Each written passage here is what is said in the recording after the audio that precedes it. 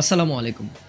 বাংলাদেশ বনাম ভারতের মধ্যকার দ্বিতীয় টেস্টের তৃতীয় দিনের খেলাটিও বৃষ্টির কারণে পরিত্যক্ত হয়েছে। এর মধ্য দিয়ে টানা দ্বিতীয় দিন খেলা পরিত্যক্ত হলো। সো এই ম্যাচটির আর মাত্র ২ দিনের খেলা বাকি রয়েছে। সুতরাং বলা যেতেই পারে যে এই ম্যাচটি ড্রয়ের দিকেই এগিয়ে যাচ্ছে। অনেকে হয়তো বলতে পারেন যে ভারতের সাথে এই ২ দিনেও বাংলাদেশ ম্যাচ হেরে যেতে পারে। হ্যাঁ, ক্রিকেটে অনেক কিছুই হতে পারে, যেরকম উইকেট কন্ডিশন বা আবহাওয়ার যেরকম পরিস্থিতি অনেক কিছুই হতে পারে। বাট আমি মনে করি না ভারত যত শক্তিশালী দলই হোক না কেন, ২ দিনে বাংলাদেশ এই পরিস্থিতি থেকে ম্যাচ হেরে যাবে, সেটি অন্তত আমি বিশ্বাস করি না। সো এটি বলতেই পারি যে বাংলাদেশ আরও একটি ড্রয়ের দিকে এগিয়ে যাচ্ছে। সে সঙ্গে আমাদের পয়েন্টস টেবিলে আরও কিছু পয়েন্ট যোগ হতে যাচ্ছে।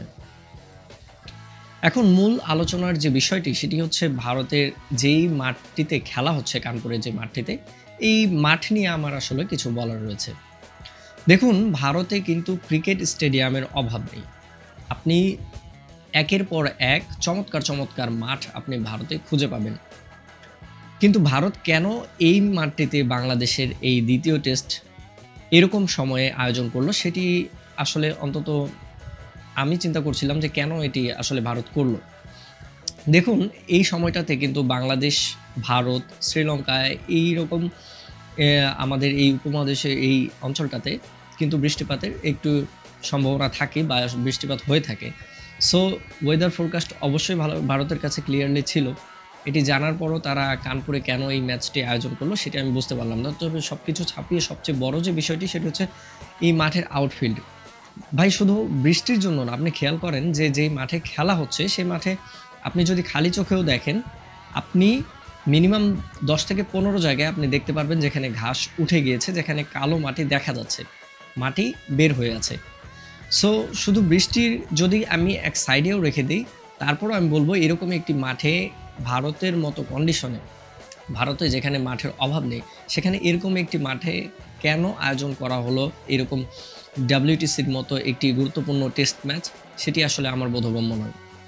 এখানে যদি শুকনো মাঠেও খেলা হতো, তারপরেও আমি বলব যে প্লেয়ারদের অনেক ধরনের ইনজুরির কনসার্ন থেকে যেত। দেখুন, যে জায়গাগুলোতে ঘাস নেই, যেখানে কালো মাটি বের হয়ে আছে, সেখানে আপনার বল যদি পড়ে অবশ্যই আনইভেন বাউন্স হবে। সো একটা ফিল্ডারের ক্ষেত্রে সেই বলগুলো ধরা অনেক টাফ হয়ে যাবে। আপনি সারাদিন খেলবেন টেস্ট ম্যাচ, একটা লং সময়ের খেলা। সো এরকম সময়ে আপনি খেলবেন, আপনার এমনিতেই টেস্টে ইনজুরিতে পড়ার একটি প্রবল একটি আশঙ্কা থাকে। সো সেদিক থেকে দেখতে গেলে এরকম একটি মাঠে খেলাটি কখনোই কাম্য বলে আমি অন্তত মনে করি না। দেখুন, এখন অনেকেই হয়তো বলবে যে আসলে মাঠ ঠিক ছিল, বৃষ্টির কারণে এরকম হয়েছে। বাট সেটি আমি একেবারেই একমত নই। কারণ আপনি যদি ১ম দিন থেকে লক্ষ্য করেন, আপনি মাঠে যে জায়গাগুলোতে ঘাস অনেক জায়গায় উঠে আছে আউটফিল্ডে, সেগুলো আপনি স্পষ্টভাবেই দেখতে পারবেন। আরও মজার বিষয় আমি যদি আপনাকে বলি, এই মাঠটিতে যদি বাংলাদেশের হতো, এই খেলাটি যদি বাংলাদেশে বর্তমানে পরিচালনা হতো, তাহলে আপনি দেখতেন এরকম পরিস্থিতিতে ভারতীয় মিডিয়ায় কোন ধরনের সমালোচনা হতো। কেন আমি এমনটা বলছি যে আপনি দেখুন, গতকালকে থেকে বৃষ্টি হচ্ছে, গতকালকের ম্যাচ পুরোপুরি পরিত্যক্ত হয়ে গেছেন। ঠিক আছে? আজকে আমি দেখছিলাম ভারতীয় সময় সকাল 8:30টার পর থেকে আর এক ফোঁটা বৃষ্টিও সারাদিনে হয়নি।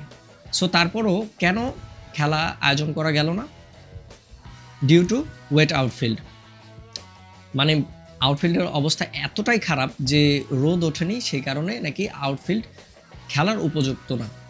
আর ভাই, আমি আপনাকে লিখে দিতে পারি, এই খেলাটি যদি অন্তত বাংলাদেশের মিরপুরের অনুষ্ঠিত হতো, আপনি প্রথম সেশনে যেই টাইমে খেলা স্টার্ট হওয়ার কথা, সেই টাইম থেকে আপনি খেলা শুরু করতে পারতেন, যতই রোদ না উঠুক।